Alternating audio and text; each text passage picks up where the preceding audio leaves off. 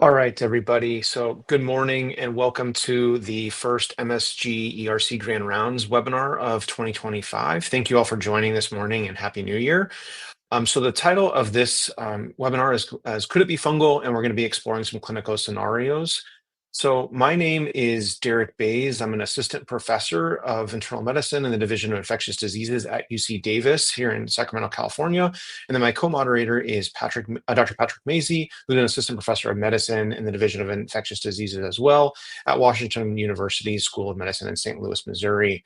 And the first thing I wanted to do was acknowledge that this webinar series is a collaboration between the CDC and the University of Alabama at Birmingham, and we thank them for the opportunity to present to you all today.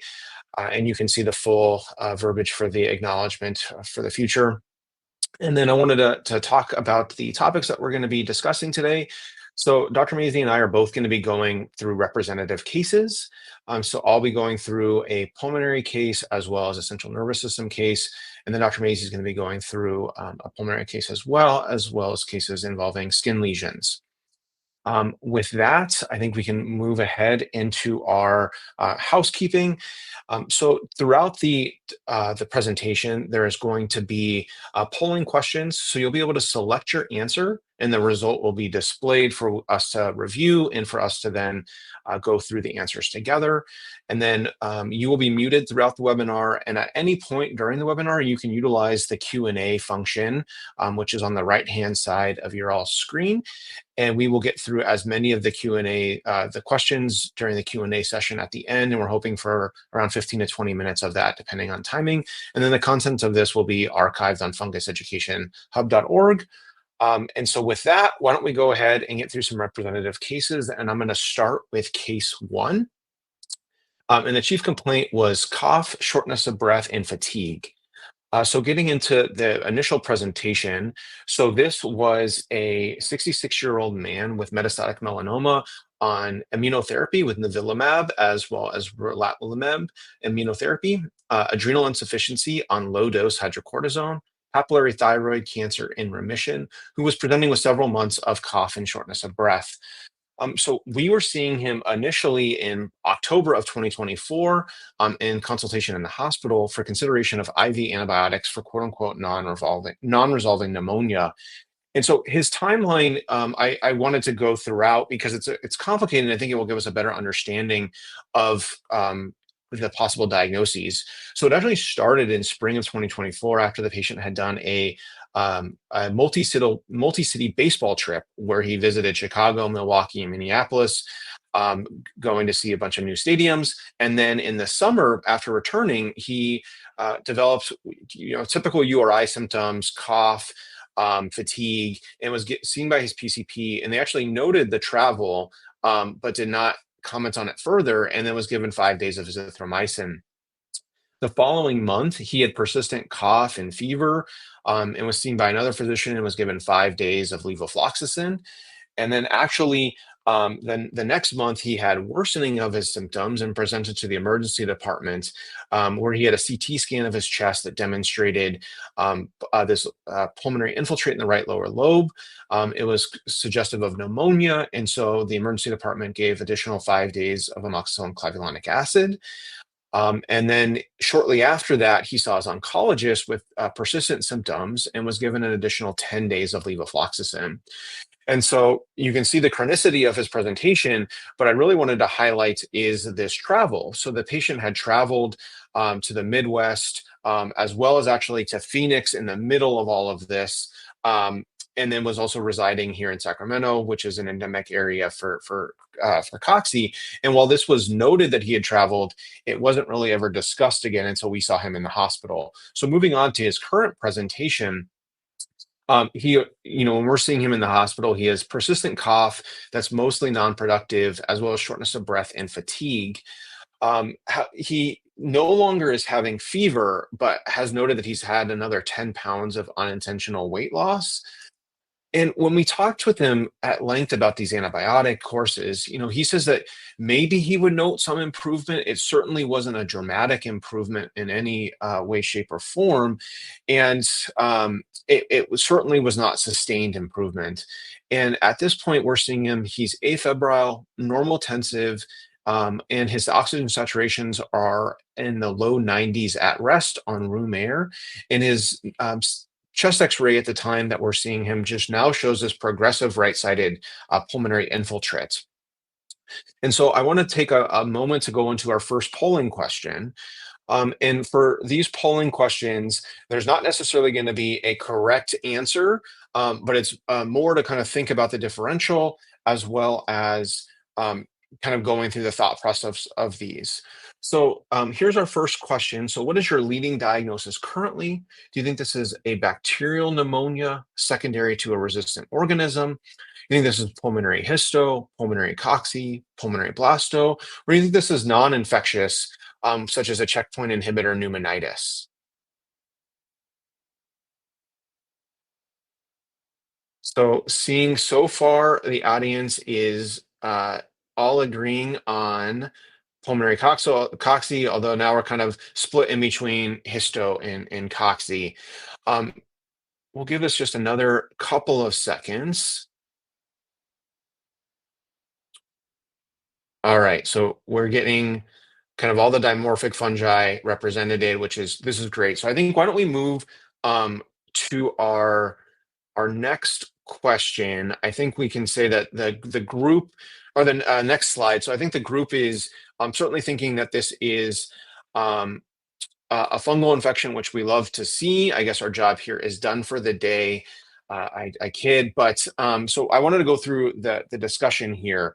So the patient had traveled to multiple areas that are endemic for dimorphic fungal infections, or and while these boundaries are certainly changing, he's certainly residing in an area that's concerning for cocci, and traveled in areas that have histo and blasto.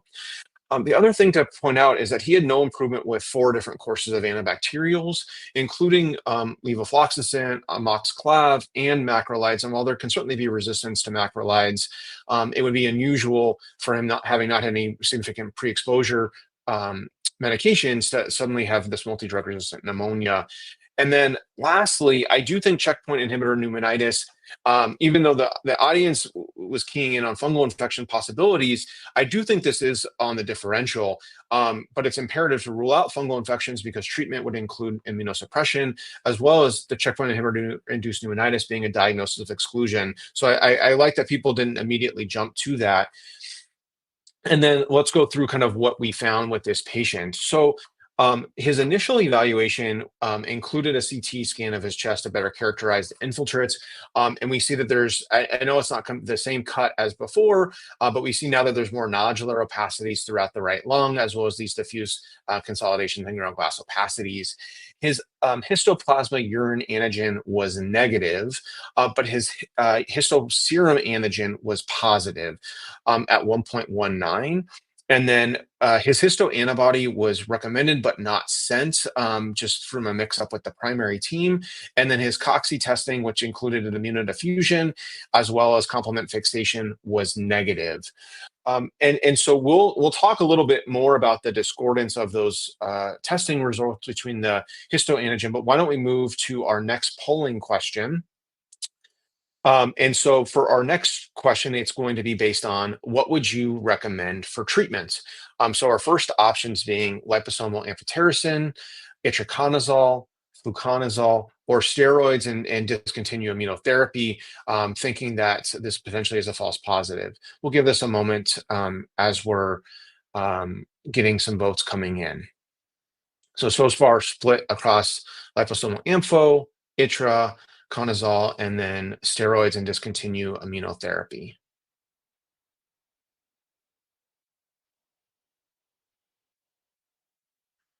All right. This is great. So I think this is great that we're seeing some definitely differences, and we'll um, yeah, the polling is closing. So let's go ahead and move over to the discussion on this. And so I think this is really great to kind of see the difference in answers here. And so from our perspective, and I know it's sometimes challenging because we're just giving a snapshot. Given that did not have any significant immunosuppression, and there was no evidence of disseminated or severe disease. At this point, he'd been sitting in the hospital for a few days waiting for diagnostics on room air. We opted to start with itraconazole opposed to liposomal amphotericin B, although it was discussed, it was considered. And then we do think that checkpoint inhibitor pneumonitis is still a possibility. It remains a diagnosis of exclusion, and we felt that it should be revisited pending treatment response. And wanting to note this discordance between the serum and the urine antigen. And while this has been a phenomenon that's been described, it occurs, at least in this retrospective study by Libert et al., around 2% of the time. It's still would be concerning with this uncertainty to start steroids in this patient, and felt that there would be a benefit of trialing antifungals. And the reason we went with itraconazole over fluconazole is just that there's higher rates of treatment failure and emergence of resistance. So kind of getting into the summary for this case, I think there's a lot that we can learn from here. And we kind of came up with the mantra of stop, drop the antibiotics, and think fungus. So he had traveled to multiple endemic areas for fungal infection. So that should make you pause right at the start. He also failed 4 different courses of antibiotics over 4 months, and his symptoms had been progressive over the last 4 months as well, despite antibiotics, really making, in my eyes, that this should be red flags where we have travel, failure of antibiotics, and chronicity that should make you rethink your initial diagnosis of bacterial pneumonia. And then ultimately, we got to the correct diagnosis of and fungal infection, started on antifungals, and he is actually, in hindsight now, can say that he's been getting to improve on itraconazole. So even though there was some discordance, we think that that was the correct diagnosis. I want to next get into our second case. And like I said, if there's any questions, please put them into the chat, and we will obviously come back to them using the Q&A function later. So for our next case, it was a chief complaint of cough and headache. And so this is a 67-year-old man with uncontrolled type 2 diabetes with an A1C of 8.4, who's presenting with unintended weight loss, persistent cough, and new headache. His symptoms started about 2 months prior, but have slowly been progressing over that time. And he was actually admitted for workup of presumed lung cancer, which I'll explain more in a moment. And regarding his brief social history, he's originally from Uganda and last traveled to Uganda in December of 2023. He works as a nutritionist with no recent local travel. And kind of the same complicated timeline, so we'll go through it.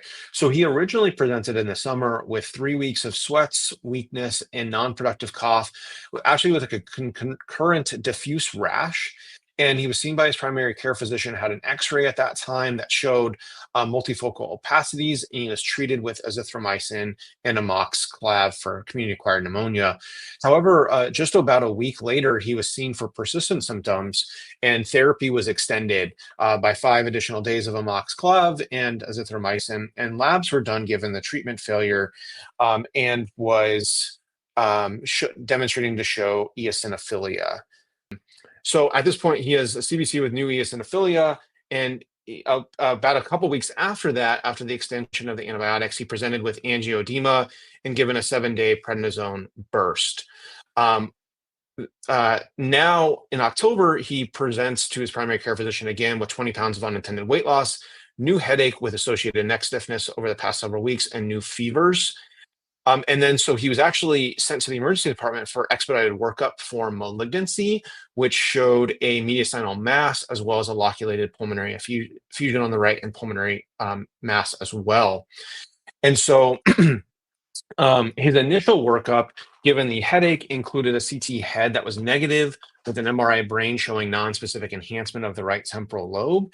And given the abnormal CNS imaging and the headache, he had an LP done with glucose of 42, protein of 196, and a white blood cell count of 239 with 62% poly, 30% LIMPs, and actually 1% EOs. And then he was initially started on meningitic dosing of vancomycin, ceftriaxone, and ampicillin with dexamethasone for concern for bacterial meningitis, which gets us into our next polling question, which is going to be, what is your leading diagnosis currently? So do you think this is lung cancer with CNS metastasis? Do we think this is cryptococcus with pulmonary and central nervous system involvement, TB with pulmonary and CNS involvement, cocci with pulmonary and CNS involvement, pneumococcus with pulmonary and CNS involvement? And we'll give a chance for the audience to go through, although we'll probably speed through the polling here just for the sake of time. So only a handful of votes, but certainly seeing mostly concern for infectious etiologies, including crypto, TB, and cocci.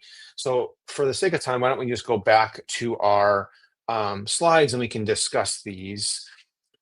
So the first thing I will say is that whenever we're seeing somebody with pneumonia as well as eosinophilia, it should be a pattern that makes you stop and think. This is not going to be typical for a standard bacterial pneumonia. So why don't we advance to the next slide?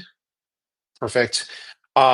And so the other thing to argue is that the chronicity of this patient's symptoms argue against kind of a typical bacterial cause. So while pneumococcus can have a CNS and pulmonary finding, it wouldn't present over the course of months. In crypto, I think is certainly possible, but rarer in relatively immunocompetent patients. And I don't think there's a clear way of delineating TB and cocci right now, although you could make an argument that maybe the eosinophilia beforehand, as well as the eosinophils in the CNS, makes you think higher for cocci. And so I wanted to just briefly talk on this pattern of causes of pneumonia with acute eosinophilia. And like I just said, you really need to stop when you see this and think about alternative agents than just bacterial processes. There are a lot of factors that do this that are non-infectious, including environmental factors such as allergens and smoke inhalation from cigarettes and vaping. Also, medications can do this. I think classically we think about daptomycin and eosinophilic pneumonia. And then there are many infections that can do this, including fungi such as cocci, aspergillus. There are parasites that can do this, and then viral infections can as well, but not your typical community-acquired bacterial processes. So I'm going to just kind of give you a 10,000-foot overview of this patient's course because it's ongoing, but his serum cocci complement fixation was elevated at 1 to 64 with an immunodiffusion positive of immunodiffusion positive for IgG and IgM. Additionally, his CSF cocci complement fixation was elevated at 1 to 8, indicative of CNS cocci. He did undergo a biopsy of the mediastinal mass, which ultimately also grew cocci and showed granulomatous disease. He unfortunately had worsening altered level of consciousness with imaging findings demonstrating multiple ischemic strokes and was started on steroids. And there's some retrospective data in the setting of CNS vasculitis, which the patient ultimately was found to have, showing a potential mortality benefit with steroids. And then he was also started on liposomal amphotericin B and voriconazole with a complicated ongoing course. So with that, I'm going to move into some lung CNS infections. So there's a lot, this is a kind of a well-known pattern, but mainly wanted to bring up that your typical diseases like typical bacterial processes are uncommon. So you can have more of these indolent pathogens such as actinomyces, nocardia, rhodococcus, usually in very immunocompromised patients. Strep pneumonia can present with pneumonia and meningitis, but typically in those that are typically much more acutely and quite severe. TB can do this, as we talked about. Many fungal pathogens can do this, including cocci, histo, paracocci, sporotrix, Tayloromyces, and blasto. And then things like aspergillus and other molds can have CNS and pulmonary involvement, but typically those that are heavily immunocompromised, such as hematologic malignancy and transplant, and then parasites can as well. And so we'll now move into kind of just an overview of fungal meningitis before our last polling question. So things to keep in mind is that this is subacute to chronic compared to bacterial and viral causes. It's associated with a kind of a more smoldering headache, neck stiffness, and altered level of consciousness that takes usually days to weeks to present, and occasionally months. It can occur in immunocompetent patients. And your CSF findings are typically high protein, low normal glucose, and moderately elevated white blood cells in the low 100s, typically with lymphocytes, but can be polypredominant early on. And it requires a high degree of clinical suspicion because the pattern is going to be different than your bacterial meningitis, more of that smoldering approach. So the last polling question we will do before turning things over to Dr. Mazi is asking the group how long you would treat cocci meningitis. Would you do this like 2 to 3 weeks, 6 months, 2 to 4 years, depending on titers, or would you treat indefinitely or forever? This is going live now, so we'll get a sense kind of what people are thinking.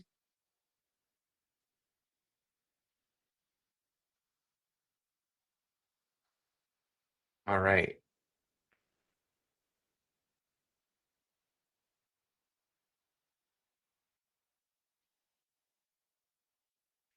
So we're seeing kind of most of our group is going with the forever. We do have some that are depending kind of on time of years. We do have some kind of more short courses of 6 months. I think this is great. So we can pause here, and I would say that this is probably the one Q&A that I had that has a clear, correct answer here. And the right answer here is treatment for forever. And there's data that has suggested that patients that do not have any treatment for CNS cocci universally have more die from cocci meningitis. Data from John Galgiani's group. And then there's also been data showing that there's high rates of relapse in those that have stopped. So it's currently recommended to treat forever based on guidelines. With that, I'm going to turn things over to my co-moderator, Dr. Mazi, to go through some additional cases. So Dr. Mazi, off to you. Thank you so much.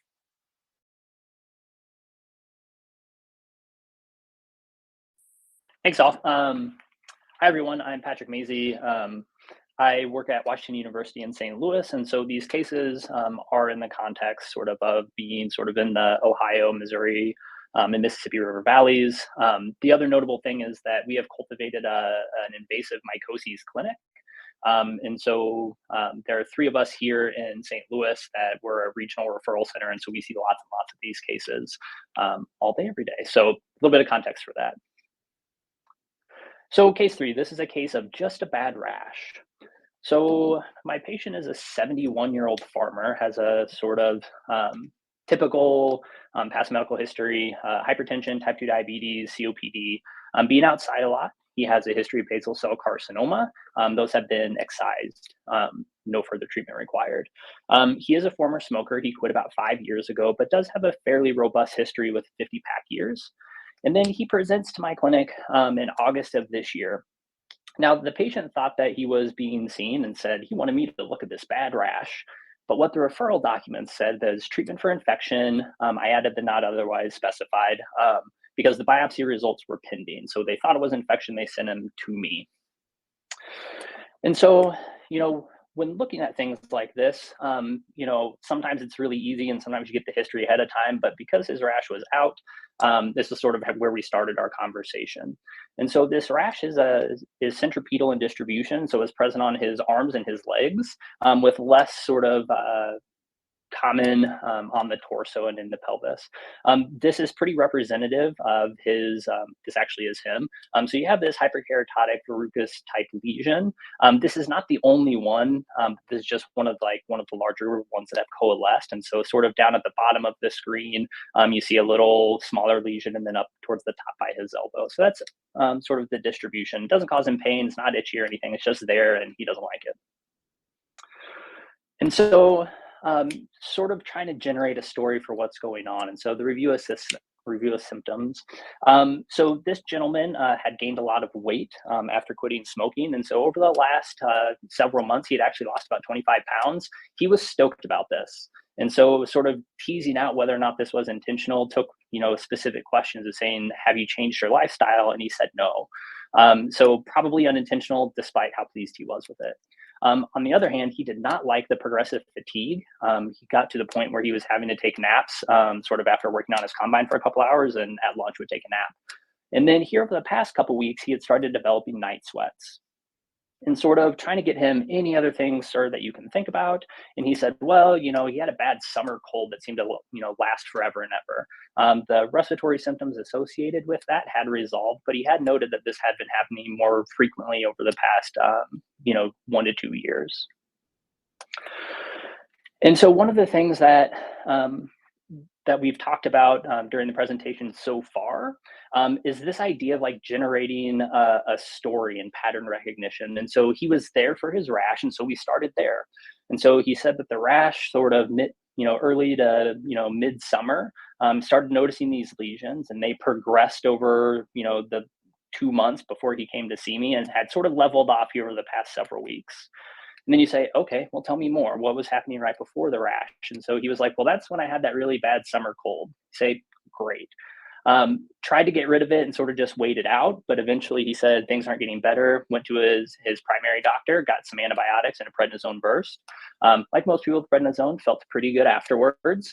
And the cough had pretty much resolved. However, the fatigue continued, the rash got worse, and he started developing night sweat. So he returns to his primary care doctor, gets another round of antibiotics, but they did go ahead and make an appointment with dermatology given his history of basal cell carcinomas. And so he went to his dermatologist, got some biopsies taken, and then he arrived in my clinic. Now, at this point, this is not a full story. And you say, yeah, this is sort of a timeline, but it doesn't really help me much. And so then I said, okay, well, tell me more. What happened before you had the summer, cold? He said, well, my dog died. And it's one of those things where it's like, I'm so sorry. This may or may not be relevant, but if you feel comfortable sharing, can you tell me what happened? And he said his dog he thought she was just old. But the vet said that the dog had and died of pneumonia. And so asking, okay, you have a respiratory syndrome in the dog, respiratory syndrome in the human, perhaps a shared exposure. And so he said that he was cleaning up the edge of his fields right before that with a brush hog.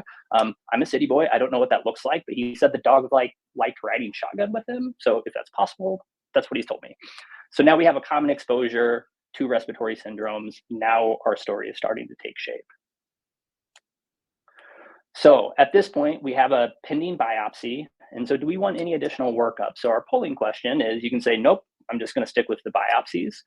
You can add some broad range genomic sequencing to the biopsy results, or you can order some other things, some sputum cultures, plus minus some acid fast staining, some fungal testing, radiologic evaluation, or a combination of one or more of the above, or something like that. Are you good waiting, or do you want some other things to happen?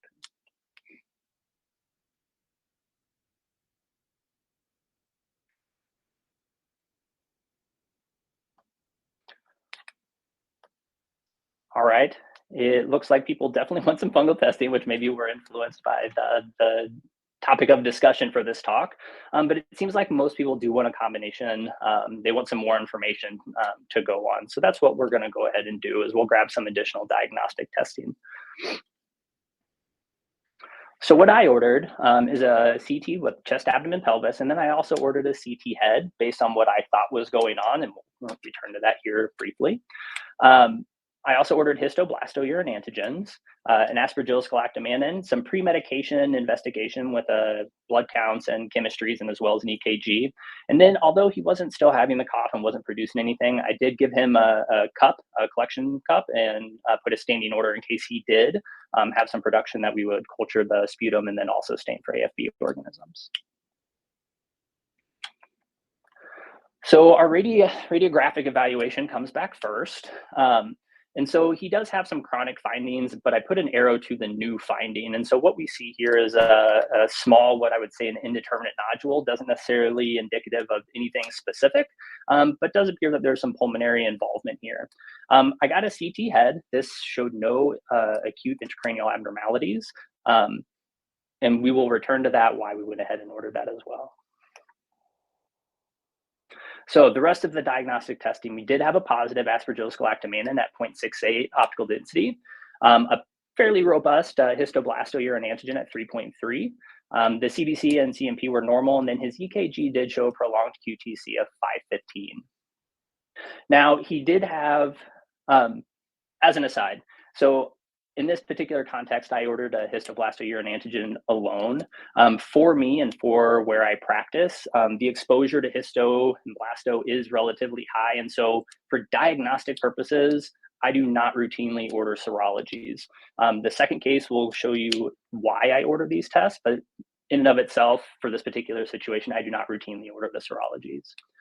The histo came back from the biopsy. Unfortunately, this was done at a private practice dermatology and dermopathology group, and so I don't have the slides. And so this is a picture. This is actually lung parenchyma, but what it does show is this thick, double-walled refractile with broad-based budding, consistent with blastomyces dermatitis. And so this gentleman had blastomycosis. So there's a couple points here that I think are important to make sort of more broadly for fungal infections. And so what do we make of this positive Aspergillus galactomannan? So again, this story narrative, this gentleman does not have any overt compromising conditions, doesn't have an organ transplant, or doesn't have bone marrow transplant. He isn't on chemotherapy. And so it's really unlikely that he would have multiple fungal pathogens causing this. And so the thing about fungal testing is that for the most part, they're not super good. And the problem with that is a lot of the structures of the cell wall are highly conserved across fungal pathogens. And so there's lots and lots of cross-reactivity. And so that histoblastourine antigen, it's actually looking for galactomannan too. So if you have enough of one type of galactomannan, the likelihood that it's going to cross-react is pretty high, which is likely what happened in this case.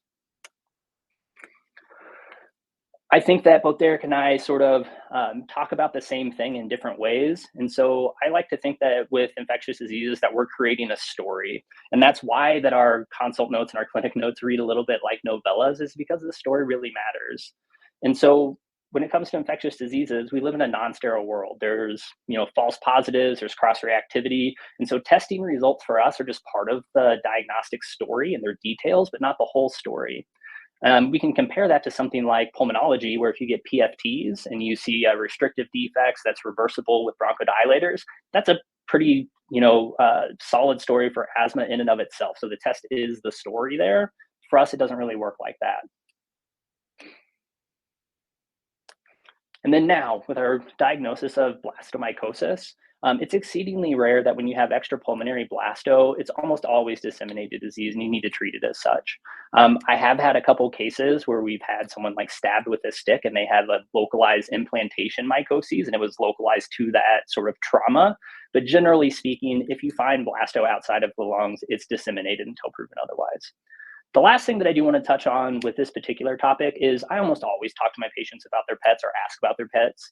At worst, it's something that you can bond over, but it is routinely shocking to me when I ask how common it is for it to be relevant to the diagnosis at hand. So that's an aside. Ask your patients about the pets. So polling question. Now that we have our diagnosis, we have disseminated blasto, what do we want to start for treatment? We can start off with liposomal amphotericin B. That would probably require admission, at least it does where I practice. We could do ITRA, POSA, VORI, ISA. All have their pluses and minuses. In this particular instance for blasto, and let's see where people end up. Early on, we have a 50-50 split of ampho and ITRA. I'm going to bring it up now while we're polling. The reason that I get sort of baseline EKGs is because knowing that I'm going to potentially start an azole, we did have a QTC that was prolonged at 5:15.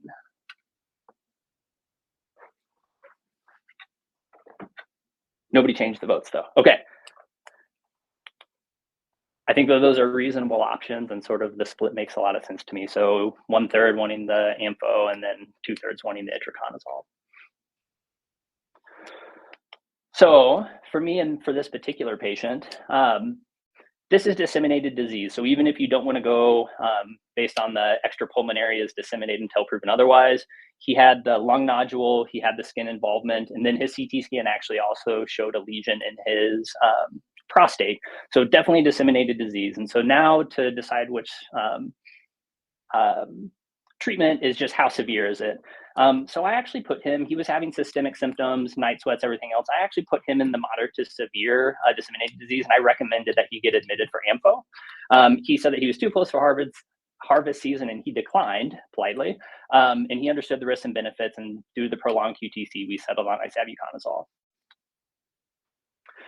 So fungal therapy for disseminated blastoids usually 6 to 12 months. But again, people have varying degrees of immunocompetency or reasons for extending or completing treatment early. And so the plan for this gentleman is probably a year of therapy plus a couple 3 to 6 months after the skin lesions resolve. But the important part is you really do need to individualize this, and always reach out to your local infectious disease doctor if you want some help with that. Moving on to case 4. So this is a case of non-small cell lung cancer with an emphasis on non. So this patient is a 62-year-old female, and she has minimal interactions with the medical system prior to late January of this year, where she was admitted for an acute stroke, and they also found pulmonary embolism. This was in late January.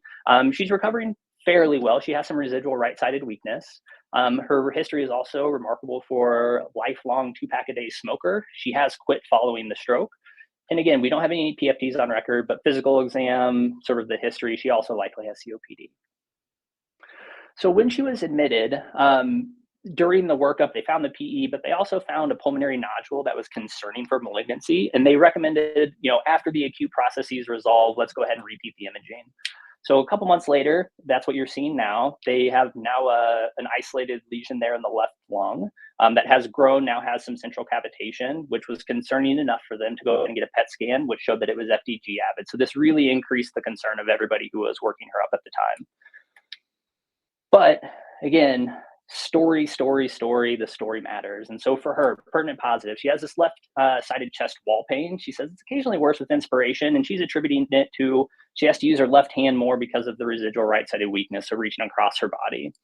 She's also endorsing fatigue, unintentional weight loss, about 25 pounds over since January. Starting to have more frequent night sweats, nausea, constipation, and she describes to me what sounds like orthostasis. And looking in her chart, we do see pretty persistent hypotension. She doesn't have really upper respiratory syndrome. She doesn't have fever, chills. Her neuro exam is stable after her stroke. And then her exposure history is really benign. So no travel, no pets, animal exposures, no occupational, environmental, nothing else of concern. So polling question. So given her history, smoking history, everything else, what would be at the top of the differential as of right now? And so, thinking about the smoking history, maybe lung cancer, the radiologist, she had some regional lymphadenopathy, and so they were thinking maybe mets from another primary or a lymphoma. Most of these end up being benign hamartomas. Tuberculosis is probably on the list, although her exposure history would argue against that. And so if you don't want to think of maybe tuberculosis, but don't want to exclude other granulomatous infections, you can choose E, which would be TB and TMs and fungal infection, lung scarring, and then autoimmune disease.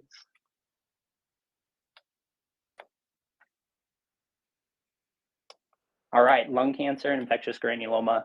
Honestly, at that point in time, I think that for myself, that I would have, thought lung cancer until proven otherwise, but definitely infectious granuloma would also be in the back of my mind, especially sort of with the predominance of her B symptoms. And so it seems like most everyone agreed with me. And so moving on, we're going to go to this timeline, and this is a pretty simple timeline. This is really because we're going to come back to it at the end when we talk about opportunities for earlier diagnosis. So January 2024, she had the admission with the stroke and the PE. They noticed the lung nodule. It was the early part of June that they re-imaged and saw that it was bigger with some central cavitation, which prompted the PET scan. The positive PET scan resulted in her having appointments with CT surgery and the oncology folks, and they actually went directly to scheduling a lobectomy.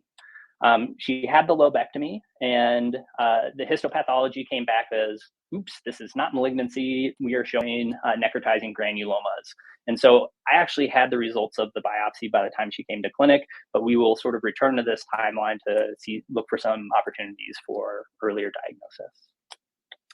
So she had the lobectomy, and her post-op course was pretty unremarkable. She was healing rather well. However, her symptoms from her ROS, they were still present despite the lesion being excised. As we said, the histopathology showed necrotizing granulomas, and then the pathologist said, and there's fungal elements present, and they are showing tissue invasion. So there's an invasive fungal infection of some kind. And so polling question 8 is, what fungal pathogen do we think is causing this? Aspergillus, Cunninghamella, which is an agent of mucormycosis, histo, blasto, again, sort of thinking where we are in the center of the country, and then Ascetosporium or Elementaspora, which are now separate names, but still sort of in the same family.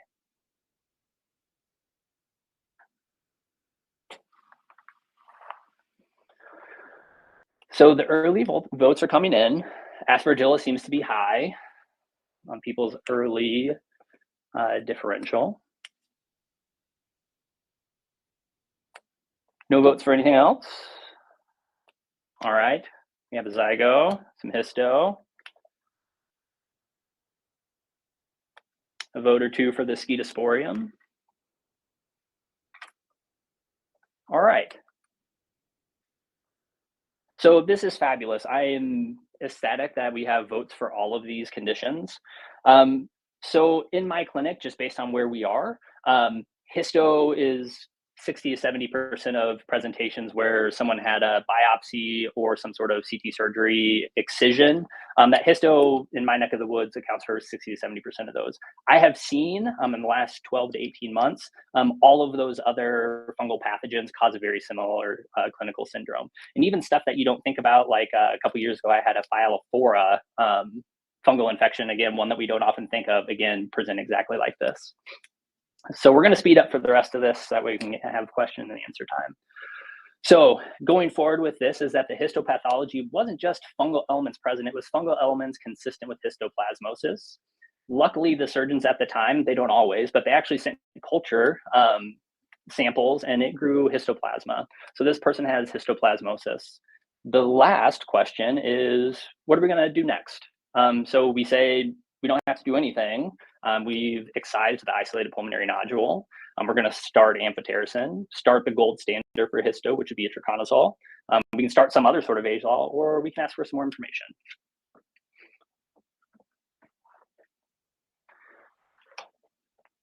And so as we sort of think about the polling question and submit our answers, the histo guidelines for the IDSA are currently under revision, and so hopefully those will be released soon.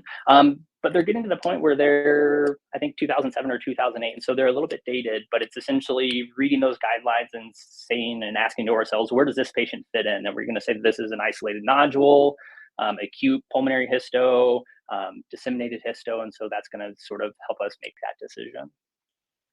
So most people are going to start itraconazole. A couple folks are going to do the amphotericin, and then a couple more people want some more information.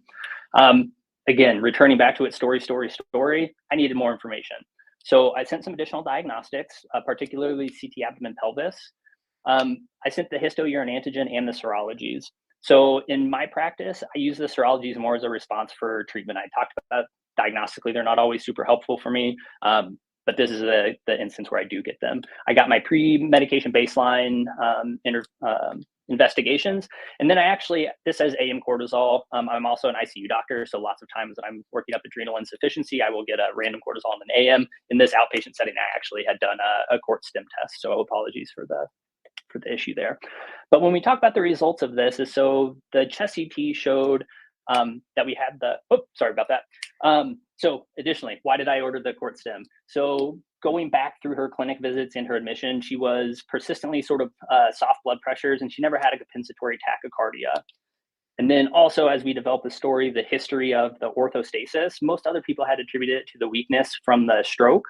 But again, it's one of those things where more information from your patient can be very useful. The last thing I saw was her most recent chemistry before she came to see me.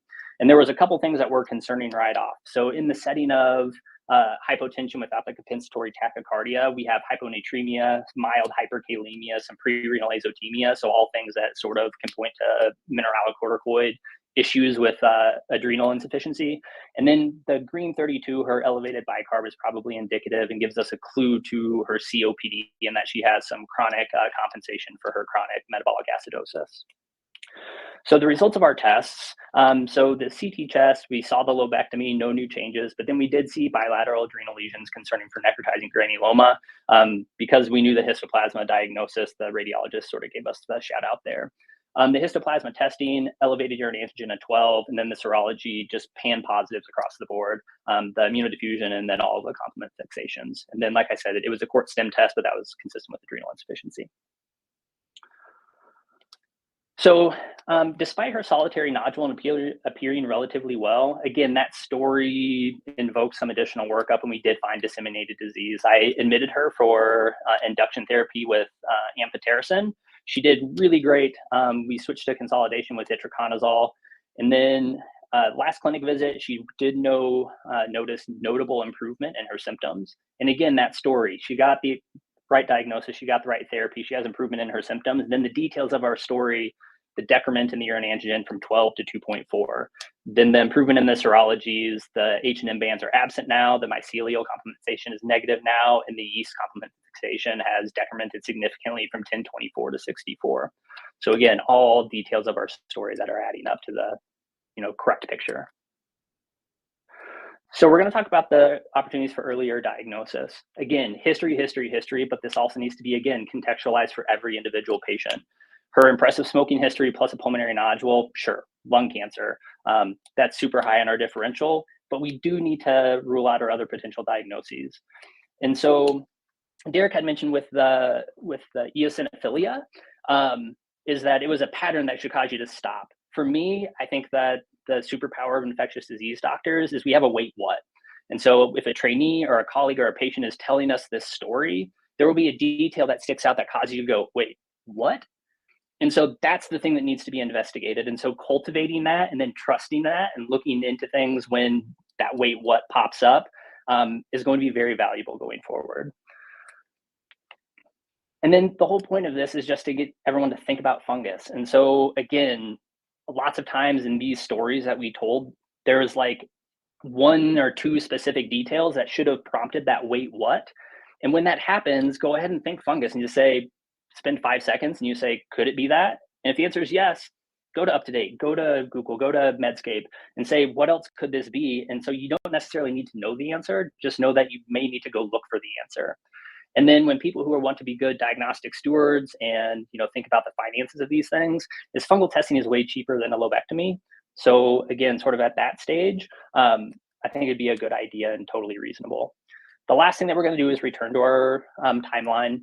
And so the size of the star is how emphatic I would be with getting fungal testing at that time. So you saw the nodule during the hospitalization. Maybe it makes financial sense to just go ahead and throw on your fungal testing at that point, but I wouldn't fault anyone for not doing it. Once you have that evolving pulmonary nodule with the central cavitation, these progressive symptoms over months and months, I think it would be pretty reasonable to get your fungal diagnostics. Once you get to the point where you're scheduling a super invasive procedure, I would definitely recommend going ahead and sending some fungal testing. There's been some work, lots of work done out of Vanderbilt. And so one of their early projects was looking at indeterminate lesions in the lung, and they found that about 12% of their indeterminate lesions were actually histo. And people that had positive histo testing had 100% in that particular study of being benign processes as in non-malignancy.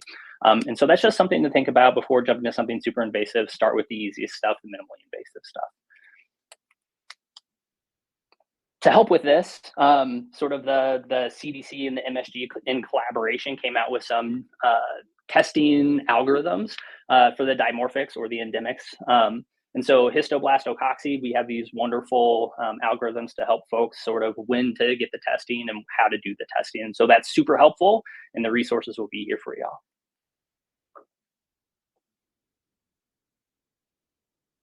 And with that, I think Dr. Bays and myself will be available for questions and answers.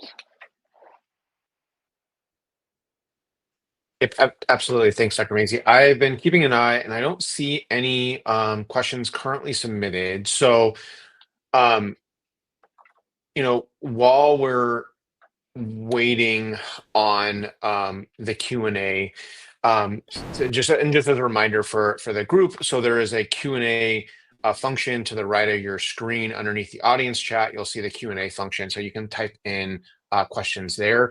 I guess, Patrick, do you mind maybe kind of expanding a little bit more on kind of your thoughts on the serologic testing in these highly endemic areas, right? Where you expect a lot of your pretest probability of a positive serology is very high for a lot of your patients compared to out here on the West Coast where we don't see nearly as much histo and let alone blasto. So do you mind maybe kind of expanding your thoughts on that serologic testing? Absolutely. Um, Again, in places where you have lots and lots of, histo or coxy or, knowing that your population is going to be exposed and exposed all the time, again, they can lead you astray. What do we do with these low level positives, where the serology may be, low positive and the antigens may be low positive or even negative, is that it ends up causing a lot of diagnostic confusion. And so when I order a test, I sort of think about how the result is going to change my plan. And for me, I would say that, and to speak for my colleagues here at WashU as well, is I think that there's more instances where we treat empirically despite negative testing because the story is so good. And so a lot of times the serology isn't going to change our minds about be like, this is histo until proven otherwise. We're going to just give some empiric antifungals, regardless of what that result says. And so for me, I need to plan if the result is this, I'm doing X. If the result is this, I'm doing Y. And so that's sort of how I make that decision. And so that makes sense here. But again, I don't think that I would have the same practice if I was practicing that with you out in California. And I think we have not for all the endemic or the dimorphics, we're dealing with kind of asymptomatic pulmonary nodules and someone that's living in Fresno or Bakersfield, for example. What does a positive IgG for Coxie really mean? Does this completely rule out cancer and things like that? So thank you for sharing. Yeah, it's like that question of if I order this test, am I going to act on it? One way or the other, am I going to act on the result? And so we have a question here in the chat from Jill Bennett. Can you comment on the time frame differences of complement fixation, titer improvement with histo and blasto versus coxy, which is a very prolonged decline? What are your typical response time frames for each? So maybe I can just kind of remind people for coxy, the complement fixation um, kind of antibody half-life is thought to be around 6 weeks or so. And so we know that there's a we have a relatively expected time course, and that can be dependent on disseminated disease versus non-disseminated disease. And there's been work that has gone on to kind of show what those kinetics look like. Patrick, do you maybe want to handle the histoblasto side of it? Um, this is definitely going to be sort of me ducking the question, but with a purpose. I intentionally chose to, for as far as we know, immunocompetent people, because again, if this is happening in sort of immunocompetent people, our level of concern and sort of suspicion should go up if there is some immunocompromise, and so that happens more, and so it's kind of all over the place, depending on their immune status. And so I have patients that have clinically resolved and their serologies never budged. For the immunocompetent people, I would say within a couple months, there's a fairly rapid decrement that you see. And again, this is sort of individualizing it for the patient and sort of fitting it within the story of they're getting better. This is what I expect. And so, unfortunately, I don't have a great timeline because I see enough of it that I have sort of responses across the board.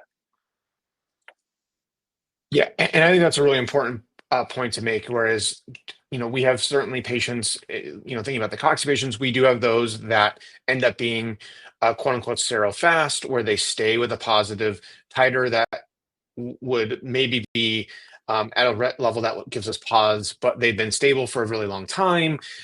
Maybe they've been off antifungals and it's stayed stable. And yeah, it's a very individualized approach. And even with the patients, even with like Coxie, where there are kind of actual documented kinetics to this, it really does come down to an individualized approach looking at the host first. So thank you so much for that question. That was great. That was a great question. And just sort of to go on with that, when you're choosing to stop therapy, so you had a case that lifelong therapy for the meningitis, but if that wasn't a component there, Does the serologic results or anything, does that help you decide when to sort of quit for some of the less standardized or well-researched durations? Yeah, absolutely. And I think we probably have our best understanding of pulmonary disease, right? On, the standard therapies, usually an uncomplicated pulmonary disease that warrants treatment, is somewhere in the 3 to 6 month range. And our approach is to follow those patients for 2 additional years after you stop therapy, because that is when you expect, if there's going to be complications after stopping, that's when you expect there to be complications. And we do include serologic testing in that, usually every 3 to 6 months.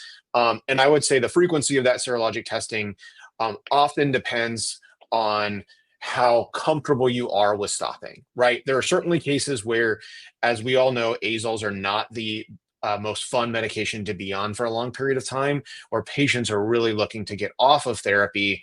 Um, and with shared decision making, we may stop sooner than we would otherwise have. That patient population, we're doing serology more frequently than someone that had pneumonia, got better quickly. We stopped therapy after, say, 3 months. They tolerated it well. We tend to, again, we follow them, but we aren't testing every 3 months for them. For what it's worth, have sort of adapted sort of the Coxie approach for histone blastodes. So we actually will still follow patients for, 18 to 24 months after they finish their treatment for, again, similar purposes, just with less robust literature to support it.